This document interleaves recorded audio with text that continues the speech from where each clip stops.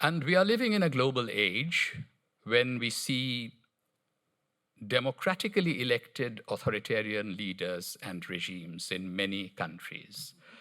And that is why I think it's important to work for the normative ideal of democracy.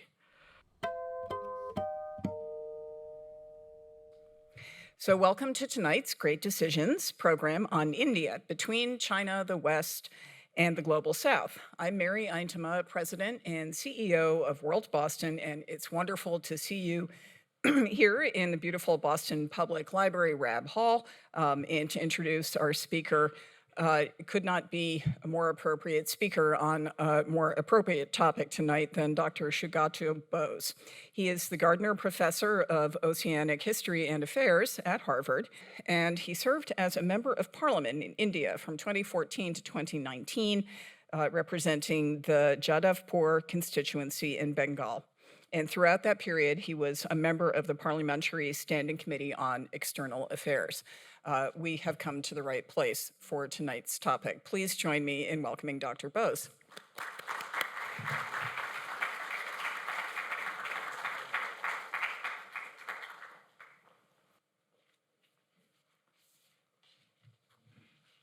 Thank you very much, Mary, for that generous introduction, and thank you to WorldBoston for inviting me to speak here.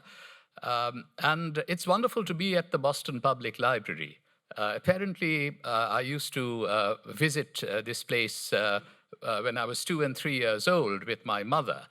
My father had come as a Rockefeller Fellow to the Harvard Medical School and worked for a year and a half at the Boston Children's Hospital in pediatric radiology.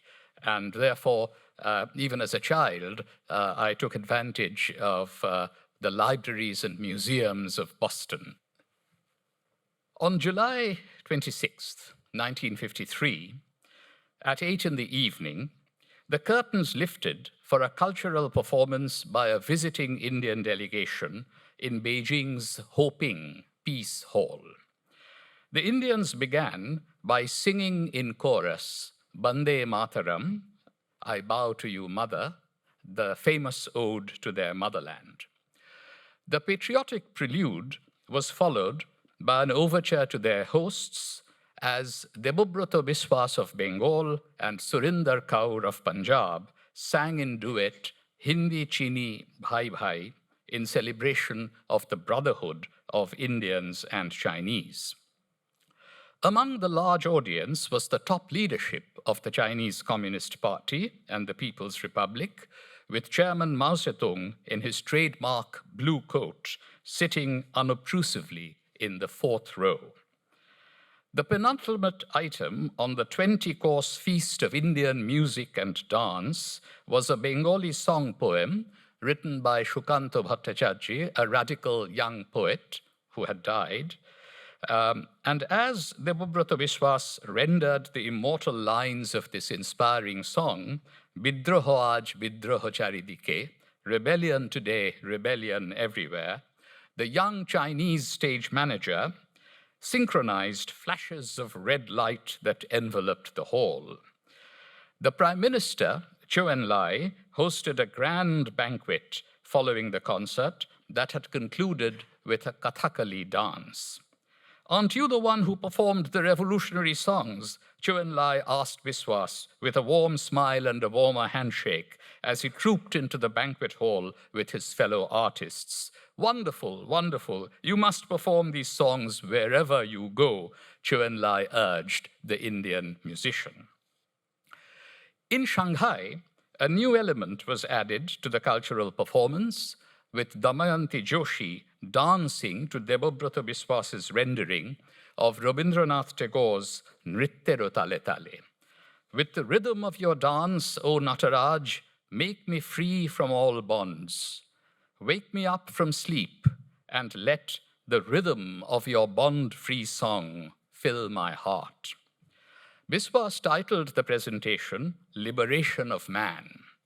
And as anticipated, the Chinese audience roared their appreciation with calls for an encore. Tagore was held in great respect by the Chinese. Biswas noted that of the 24 Indian books translated into Chinese, as many as 22 were by Tagore. India had won its freedom from British imperial rule in August of 1947 after decades of a combination of nonviolent civil disobedience and armed struggle for liberation. But this independence had come with a price. Partition happened at the same time, ostensibly along religious lines, so the British handed over power to two states, India and Pakistan. The People's Republic of China had come into being in October 1949. During the decade of the 1950s, India and China were keen to celebrate their brotherhood. So that's the early story of the India-China relationship. In 1955, representatives of 29 countries, 23 Asian and 6 African, gathered in Bandung, Indonesia, from April 18th to 24th, with 2 of the soon-to-be independent African countries taking observer status. Richard Wright, the African-American novelist, was there, and he wrote about Bandung in his popular book, The Color Curtain. The radical mythology surrounding Bandung ignores the diversity of opinion among the organizers and participants on the question of neutrality versus alignment in the context of the Cold War. The Indonesian government went to great lengths in staging the conference with the help of fellow organizers, India, Pakistan, Ceylon, and Burma. They were all joint organizers of this Afro-Asian conference. The deliberations at Bandung nurtured the elements of Asian solidarity now being extended to embrace Africa and before long to encompass the global South. Sukarno, the charismatic president of Indonesia, inaugurated the conference on April 18, 1955, with a stirring address proclaiming that what mattered at this conference of brotherhood was the unity in desire that transcended diversity. It was a meeting based on a body of enlightened, tolerant opinion. The Asian and African countries were united by a common detestation of colonialism in whatever form it appears, he said. The battle against colonialism had been a long one.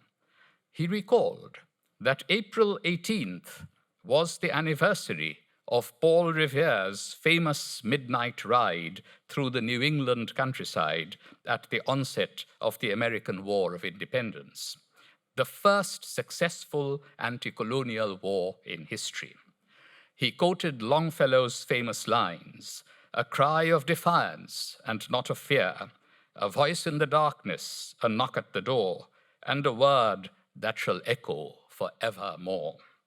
Yes, it shall echo forevermore, Sukarno asserted. The light of understanding has again been lit, he said, of a rejuvenated Asia and Africa, the pillar of cooperation again erected. And of course, India was a central country in this effort, and this was one of the first episodes of the forging of a global South. Despite an element of one-upmanship between Jawaharlal Nehru, the Indian Prime Minister, and Zhou Enlai, the Chinese Premier, in Bandung, relations between the two Asian giants remained on an even keel for at least 3 more years. In the crucial areas of planning for development and the use of statistical methods in compiling and analyzing socioeconomic data, the collaboration between China and India deepened in the aftermath of Bandung. Mao Zedong's decision to take the great leap forward left the prospects of India-China collaboration in the field of socioeconomic development by the wayside. The slide from solidarity to animosity had much to do with the inability of new citizens to effect change through the realization of their anti-colonial aspirations and the tendency of managers of states to opt for post-colonial continuity in the definition of sovereignty and borders. The inheritances from colonizing Europe ultimately proved weightier than the legacies of the best in anti-colonial Asian thought that had envisioned layered sovereignty and soft borders. India and China got embroiled in a border war during October and November 1962, resulting in a deep alienation between the Asian neighbors for the next quarter of a century. India's policy of non-alignment with the two power blocs during the Cold War did not endear it to the West, especially the United States of America. The Kennedy administration did offer economic and military aid during India's conflict with China. However, relations soon deteriorated in the mid-1960s once the Johnson administration deployed the lever of food aid to influence economic policy in India. Indo-US ties plummeted to their lowest depths in 1971 when President Richard Nixon and his Secretary of State, Henry Kissinger, supported the military regime in Pakistan during the Bangladesh crisis. Nixon and Kissinger chose to do so because Pakistan served as a useful conduit for the historic opening of relations with China. That was their priority. India responded by signing a 20-year treaty of friendship and cooperation with the Soviet Union. It was only the end of the Cold War that saw India first improving relations with Europe and Southeast Asia before forging close ties with the United States. The dramatic improvement in relations between India and the United States is a 21st century phenomenon, which has received bipartisan support from the major political parties in both countries. India's Prime Minister Atal Bihari Vajpayee and his Foreign Minister Jaswant Singh worked hard to engage the United States, especially after the nuclear tests of 1998. My mother, who was chair of India's Parliamentary Standing Committee of Foreign Affairs from 1999 to 2004, has described in her memoirs, An Outsider in Politics, the diplomatic breakthrough represented by President Bill Clinton's visit to India early in the year 2000. She writes, "Nearly all the Indian members of Parliament were charmed by Clinton. After he had addressed the joint session of the two houses, there was a rush of MPs anxious to shake hands with him. I took care of the US delegation that sat at one side of the central hall. This included Gary Ackerman, Jan Schakowsky, Sheila Jackson-Lee, Jim McDermott, and others.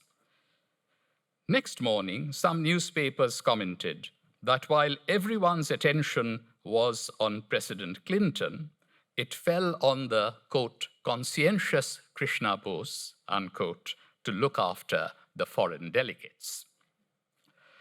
The Manmohan Singh government negotiated the civil nuclear deal with the George W. Bush administration a few years later. The momentum was maintained by the Obama, Trump, and Biden administrations, with both the Congress-led United Progressive Alliance and the Bharatiya Janata Party-led National Democratic Alliance governments. Prime Minister Narendra Modi professes a special friendship with President Donald Trump and was one of the first foreign leaders to visit Washington in early February at the start of the Trump administration's second term.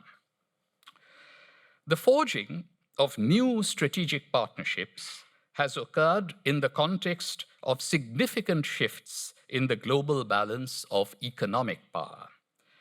The 4 decades following the late 1940s had marked the heyday of the nation-state, characterized by the disruption of older forms of intra-Asian connections and the pursuit of alternative approaches to economic development. The spectacular post-war recovery of Japan between the 1950s and 1970s provided a model for the export-led economic development paradigms of the so-called Asian tigers, South Korea, Taiwan, Singapore, and Hong Kong. Yet the example of these island nations, big, medium, and small, was not emulated by the large continental nation-states. The more populous countries of Asia, India and China in particular, followed variants of import substituting industrialization with different degrees of success. Post-1947 India staved off the specter of colonial-era famines, but remained beset by chronic malnutrition and hunger. Post-1949 China scored well in normal years in the field of basic health and education, but could not prevent the largest famine of the 20th century during the Great Leap Forward in 1959-61. Both managed to build a heavy industrial base, but growth rates remained sluggish. Things changed from 1979 onwards. By 2019, China had gone through 4 decades of economic reforms launched by Deng Xiaoping in 1978-79, while India completed nearly 30 years of liberalization begun in 1991. The then Prime Minister, Narasimha Rao, who led India from 1991 to 96, instructed his finance minister, Manmohan Singh, to dismantle what had come to be called the permits, licenses, and subsidy Raj. In mid-1991, India faced an acute balance of payments crisis, making it necessary to seek an IMF loan to tide over it. However, the Indian state made a virtue out of necessity by removing the many barriers to the entry, expansion, and diversification of firms by proclaiming a new industrial policy. The stifling practice of licensing the use of industrial capacity was virtually abolished. The bureaucratic logjams on the road to economic development were gradually removed. These economic reforms addressed the first part of a 2-pronged problem facing Indian economic development.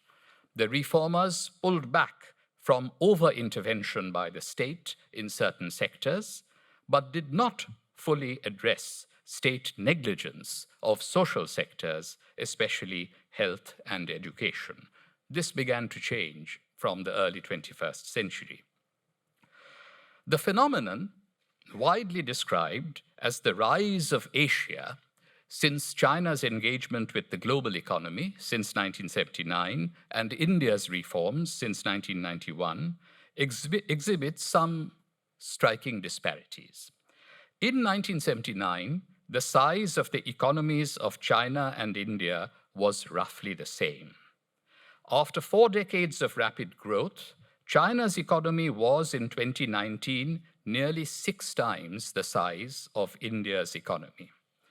Even though India accelerated steadily from what had been the 3 to 4% plodding rate of growth of the 1947 to 1980 period in the last 45 years, China grew much faster in the late 20th century and the very early 21st, as it quickly became the manufacturing hub of the world, exporting to overseas markets. The emphasis on healthcare and education in the Maoist era had also enhanced the quality of labor that served as the springboard for rapid economic development in the post-1979 period. Of course, in very recent years, India has emerged as the fastest growing economy in the world, as China seems to have slowed down. Giovanni Arrighi contended in his book, titled Adam Smith in Beijing, that when the history of the second half of the 20th century will be written in a long perspective, the odds were that no single theme will prove to be of greater significance than the economic renaissance of East Asia. That renaissance in turn suggested that Adam Smith's prediction of an eventual equalization of power between the conquering West and the conquered non-West might finally come true. China's economic rise led Arrighi to confidently predict in 2007 the realization of Smith's vision of a world market society based on greater equality among the world's civilizations, more likely than it ever was in the almost 2.5 centuries since the publication of The Wealth of Nations. It is important to ask what the dramatic acceleration of economic growth rates in Asia, not just China, meant for the global balance of power, and what impact it has had internally on pressing problems of poverty and inequality. While millions have been lifted out of poverty, wealth inequality and income equality between the rich and poor have increased exponentially. Also, the rise of Asia is not a linear story, but one interrupted by downturns such as the Asian financial crisis of 1997-98, the global economic crisis of 2008, and the pandemic-induced downturn since 2020. India was better able to ride out the 1997-98 crisis than several countries in Southeast Asia, such as Thailand, Indonesia, and the Philippines. Despite the downturns of 1997, 2008, and 2020, with Asia as a whole powering ahead in manufacturing and services, the relations between Asia and the West are much different today from what they were 2 centuries ago, when there was a great divergence in economic fortunes as Euro-America became rich and Asia fell into poverty. In fact, the global economic crisis since 2008 adversely affected the United States and Europe more than Asia, and can be seen to have contributed to the redressal of the balance in favor of Asia during the 2010s. In 2019, Asia's inexorable rise seemed to be revolutionizing the global balance of economic and political power, when the discovery of the new COVID virus in Wuhan at the end of the year ushered in an era of unprecedented anxiety and uncertainty. Asian countries that fell into debt to China for its infrastructural developments on the eve of the pandemic faced economic crisis, as the example of Sri Lanka's collapse in 2022 showed. On the eve of the global pandemic, a popular book published in 2019 had captured the sense of optimism about the future.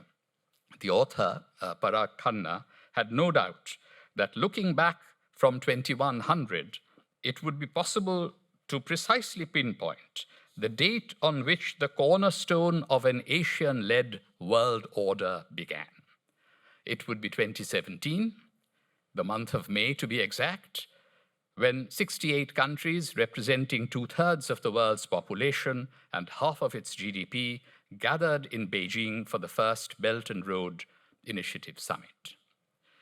Missing from the party was India, concerned that its sovereign claims over Kashmir were being undermined by one branch of the BRI, the China-Pakistan Economic Corridor, CPEC. Even though India joined the Asian Infrastructure Investment Bank, AIIB, launched in January 2016 as a major stakeholder, it opted out at the last moment from the largest free trade bloc in the world, the Regional Comprehensive Economic Partnership, RCEP, comprising the 10 ASEAN countries, along with China, Japan, South Korea, Australia, and New Zealand, that came into force in January 2022. India emerged at a pace second only to China as Asia recovered in the early 21st century the global position it had lost in the late 18th. Dynamic economic growth infused a new sense of confidence. But there were inequalities, of course, within India, between the urban areas and the tribal heartland. And as China moved up the manufacturing chain, countries like Vietnam, Cambodia, and Bangladesh took its place as manufacturing centers with relatively low labor costs. India did not move into that space at that time. The economic trajectory of Asia in a broad global context yields one powerful insight or conclusion. Asia has prospered not through economic autarky, but by mustering the political and cultural resources to set the terms of global engagement, something that was effectively denied in the colonial era throughout all of Asia, excepting Japan. As the United States and parts of Europe turned inward, Asia saw an opportunity to enhance intra-Asian trade and investment while keeping the lines of economic exchange open with the rest of the world. The global pandemic, and now President Trump's tariff offensive, has injected new uncertainties about the future of global interconnections. Despite these challenges, if only Asia was to address the problems of inequity alongside achieving rapid growth in the 2020s, what many predict will be an Asian century can turn out to be a truly prosperous era in the history of the continent. The other key requirement will be the good sense to avoid nationalist conflicts and wars of the kind that plagued Europe in the 20th century. Trump's friendship with Modi has not spared India from reckoning with the current tariff offensive. India is seeking to negotiate a bilateral trade agreement with the United States. This will not be easy, especially as it relates to agricultural products. While talking to the United States, India has 2 days ago reached a trade agreement with the United Kingdom. Scotch whisky will cost less in India now. At the same time, India has fast-tracked negotiations for a free trade agreement with the European Union. There were signs of an improvement in India-China relations in this moment of global uncertainty, before the terrorist attack in Kashmir on April 22nd raised tensions between India and Pakistan, in which China is likely to extend moral and diplomatic support to its long-standing ally, Pakistan. In short, India will try to maintain a measure of strategic autonomy in relations with the West, China, and the global South. India aims to strengthen the bond with the United States, keep relations with China on an even keel if possible, and be a voice for the global South on the international stage.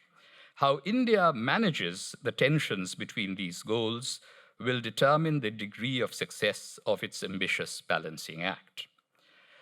Well before the Indo-Pacific interregional arena acquired political traction around 2018, Prime Minister Shinzo Abe of Japan had eloquently, before India's parliament, spoken in 2007 about the confluence of the two seas and the imperative to build a broader Asia.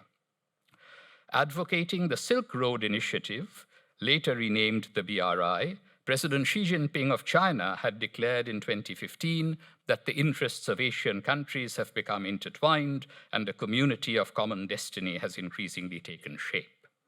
By 2022, these two rival visions of Asian and global connectivity were increasingly arrayed against each other. On the occasion of a visit to Japan by President Joe Biden in May 2022, the United States announced its commitment to an Indo-Pacific economic framework in a belated challenge to China's Belt and Road Initiative. The American pivot to Asia, a declaratory promise made by President Barack Obama, has occurred in fits and starts over a decade. While wary of an overweening China, the rest of Asia, including India, does not share Euro-America's geopolitical priorities, as the divergent responses to Russia's invasion of Ukraine in 2022 have shown. The message from Asia that is emerging loud and clear is that Europe's problems are not necessarily the world's most pressing problems. India's position on the Russia-Ukraine war is in fact more closely aligned with that of the Trump administration's efforts to bring that war to an end than it was with the preceding Biden administration. So the question really is, what does the rise of China mean for the rise of Asia in the 21st century? And a wonderful historian, Wang Gungwu, addressed this question, and he had expressed a hope in 2013 when his book, The Renewal, came out, that perhaps China will become a somewhat benign multinational republic. He asked, what kind of China is now rising? Can it avoid being a nation state that, when powerful, will emulate the national empires, or will it be a benign and peace-loving multinational state? But the thought of Xi Jinping has since then, I think, obfuscated that particular possibility. Let me close by saying that it is equally important to ask what kind of India we would wish to see rising in the foreseeable future. Will India be tempted by religious majoritarianism and centralized authoritarianism, or can India, drawing on its best anti-colonial political thought, build a genuinely democratic and federal union for its citizens? India has legitimate ambitions to play a bigger role on the global stage. It needs the statesmanship to not be needlessly hobbled by challenges in its own neighborhood. Many, many years ago, Rabindranath Tagore wrote in 1932, "If a new age has dawned in Asia, let Asia give it utterance in a new, authentic voice. If instead Asia merely imitates Europe's beastly cry, were it even to be the lion's roar, it will be a loss." Thank you.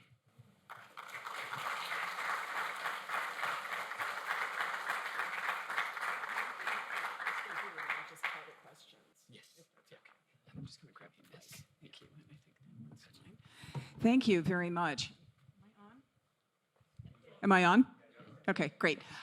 So thank you very much, Dr. Bose. We'll take a few questions now. Hi, Dr. Bose. I was wondering if you would please talk a little bit about India-Canada relations, given what's happening with the Sikh community. Yes.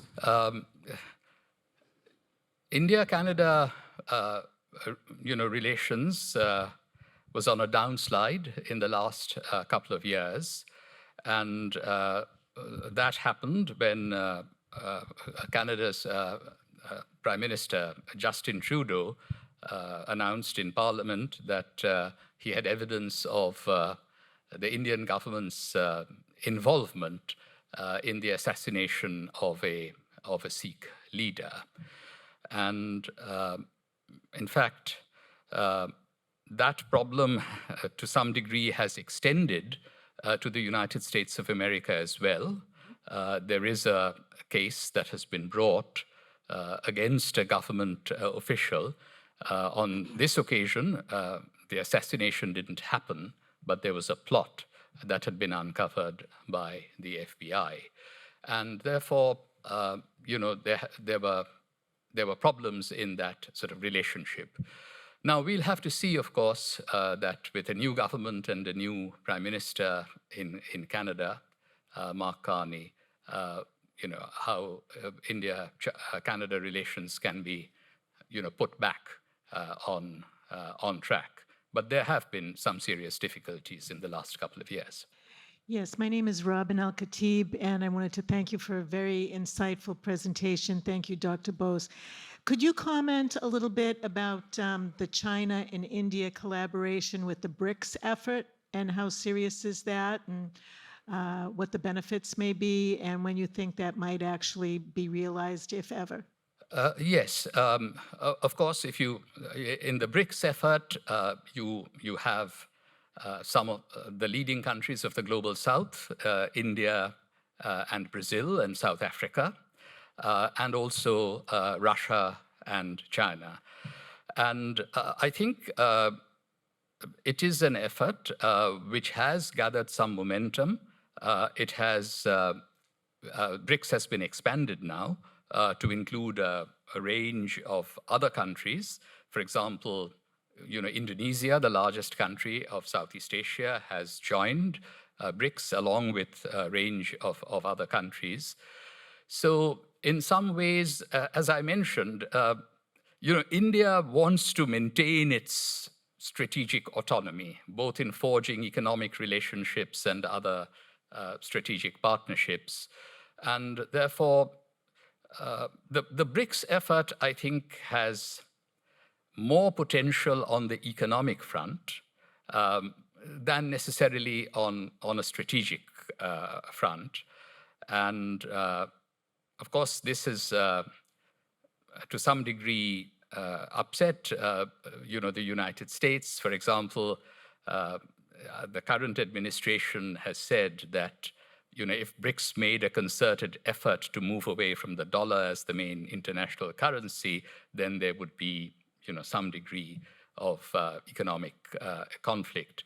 But I think BRICS will continue to function and forge closer ties, and there will be greater economic cooperation, I believe, particularly in the context of the uncertainty worldwide today. Thank you. My name is Ed Martins. Thank you for your speech today. I'd like to ask, I've noticed that right now there's been a lot of trade friction between China and the United States, and Apple has said that they're going to start manufacturing iPhones in India. My friends in the technology field have told me that they don't like China because China will openly steal their stuff, whereas India will at least recognize patents and things like that. They're a little more. Do you see greater cooperation between the U.S. with the freezing with U.S. and China, between the U.S. and India, especially in technology?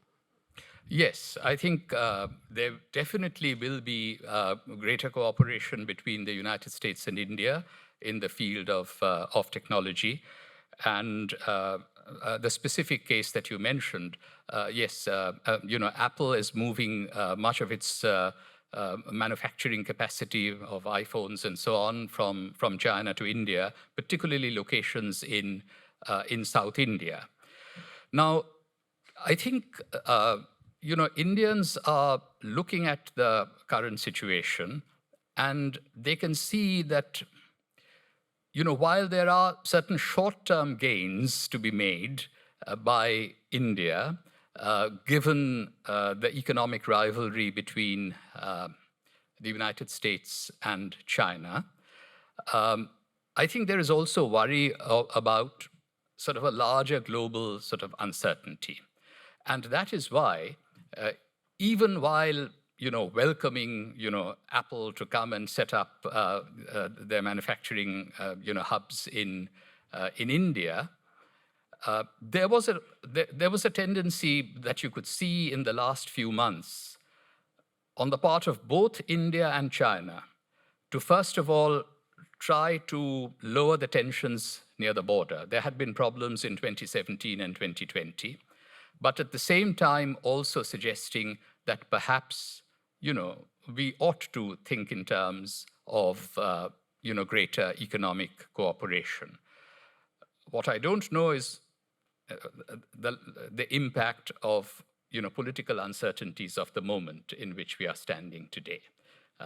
Whether which way India would go, capitalize on the short-term gains that perhaps could be made, even though India also is facing tariffs. They're trying hard to Trump has said that India is a very high tariff country and so on, or whether India will take sort of a kind of long-term view and keep in play its potential economic ties with Europe and with BRICS and with the rest of Asia and so on. Hi, so my name is Kervin Boughton, but when speculating about India's future, you mentioned a couple of different possibilities, one including an authoritarian presence, and I'm wondering which way do you think their future leans and due to what factors? That's easy. It's an important question, but a very difficult one. And I should just say that, when I was in India's parliament, I was in the opposition. And a part of the reason why I chose to make a foray into parliamentary politics from academia in 2014 was my concern that India may move towards a kind of religious majoritarianism in place of genuine substantive democracy.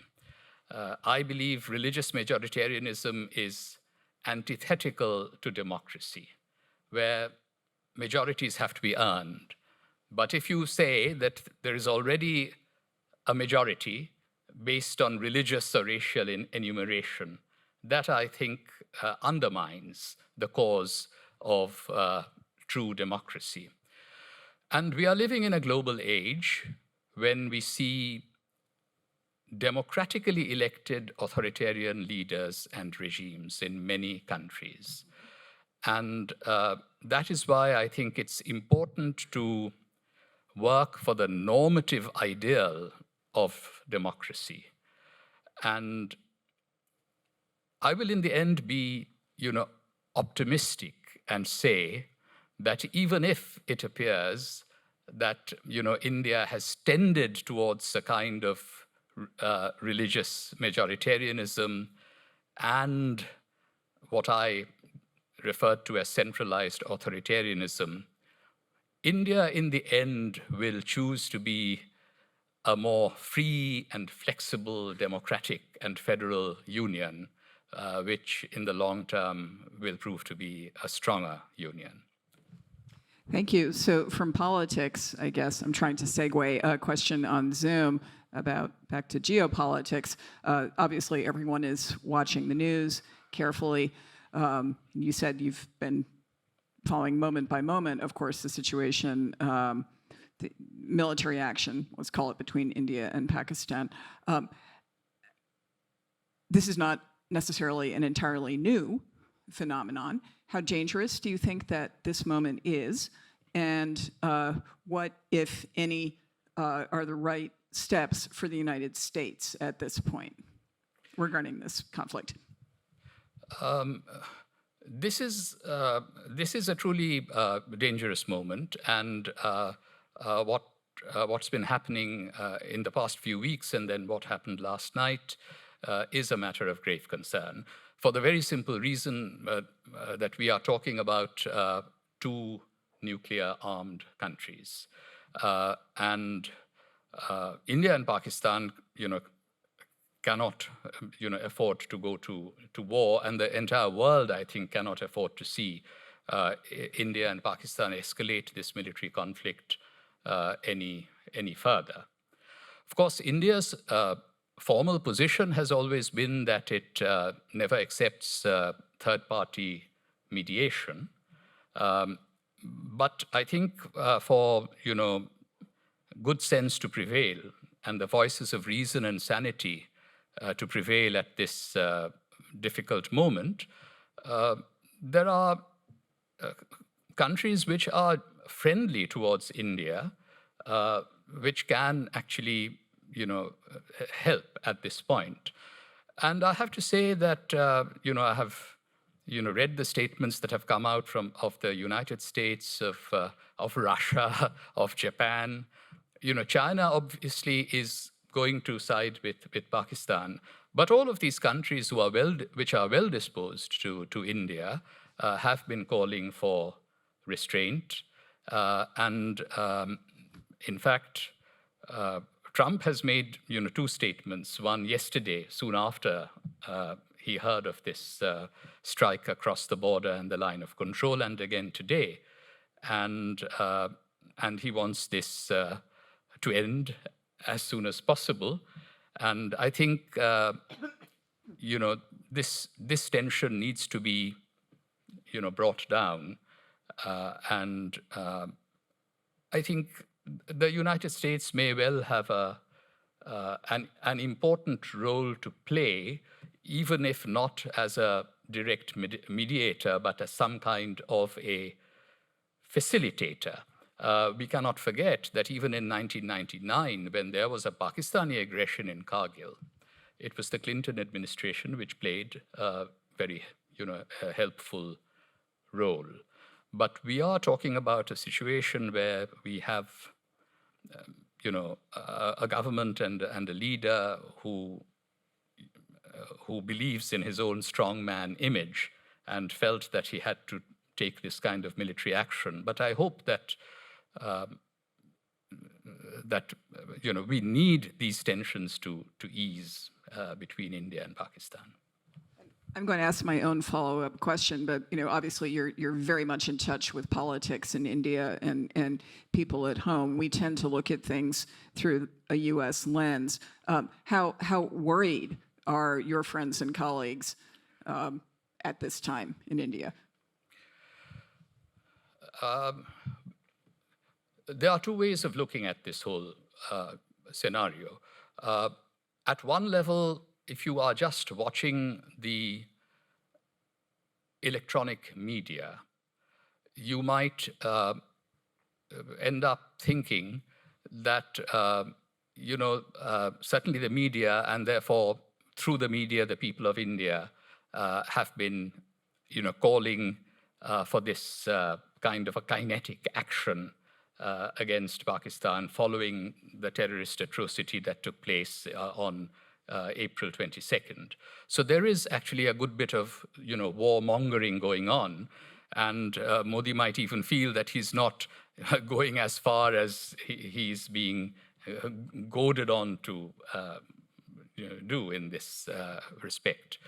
On the other hand, you asked me about my friends and colleagues, people who are thoughtful people, who understand what the huge stakes are in this conflict.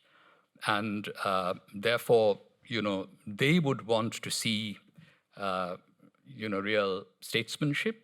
They are worried, but feel that people acting in good faith will pull back from the brink. This is Heather O'Brien, WorldBoston board friend, member. Thank you so much for your presentation. Curious if you could share with us a bit about India's role in the Quad and in AUKUS, perhaps in AUKUS committees, both in terms of diplomacy and emerging technologies, please. Great. And you know what, let's come down to this other question, and so we'll take two at once, just in interest of time. Go ahead. Thanks. Hello, thank you. My name is Valentine Moradam. I'm a professor at Northeastern University, and I come to a lot of these WorldBoston programs. At the beginning of your talk, you mentioned Bandung, and towards the end, you mentioned Bandung as well, unity and diversity. So I'm wondering whether BRICS is a kind of new iteration of Bandung, and if you would agree with that. And rather than being occupying a sort of non-aligned space between the two superpowers, as Bandung was doing, BRICS is actually contributing towards a more multipolar world order, which would be a very, very good thing. Do you agree with that assessment of BRICS and the role that India might be playing within it as well? Thank you. Two easy questions. It's really good that these two questions have come together. The idea of the Quad was really advanced by Japan, and Shinzo Abe was one of the major proponents of this idea that the United States and Japan and India and Australia could come together as a foursome. And initially, India was a bit hesitant, for example, to join in this kind of a quadrilateral relationship of which Australia was going to be a part, but then, decided that it would, in fact, be part of one of many such, conglomerations that have been formed in recent years. So I think the Indian perspective is that it wants close relations with Japan. It wants close relations with Southeast Asia. Both Japan and Southeast Asia share with India concerns about an overweening China. But then all of these other countries would also want, not to aggravate relations with China beyond a certain point if they can help it. So I think, that's the kind of part that, India plays. And in fact, there's going to be an important Quad meeting in the near future, the first one during the second Trump administration. And we'll see, how far that goes. I would say, yes, there are certain analogies between Bandung of yesteryears and BRICS. There is, of course, one major difference. The then Soviet Union, today's Russia, the Russian Federation, was not present in Bandung because the Soviet Union was seen to be the leader of the second bloc, but China was. And China, Zhou Enlai came, and he was at that time talking about peaceful coexistence. The other point to remember about Bandung, which is sometimes forgotten because it is seen to be a precursor of non-alignment and so on, is that it brought together Asian and African countries with different perspectives. So as I mentioned, India was there, but so was Pakistan. Pakistan had already joined the US-sponsored SEATO, the Southeast Asia Treaty Organization, the Manila Pact, in 1954. Turkey was there, which was a member of NATO. And there were countries like India and Indonesia, and at that time, Burma, Myanmar, led by UNU, and so on. So in fact, there was a great deal of political diversity, and yet I think the real achievement of Bandung was that despite these differences of opinion, they were able to come together and issue a shared communiqué. And this was a display of a certain kind of maturity by newly independent countries of Asia and Africa. And yes, in some ways, BRICS is one of the many possibilities of working towards a more multipolar world, a multilateral world. Yeah. Please join me in thanking Dr. Sugata Bose.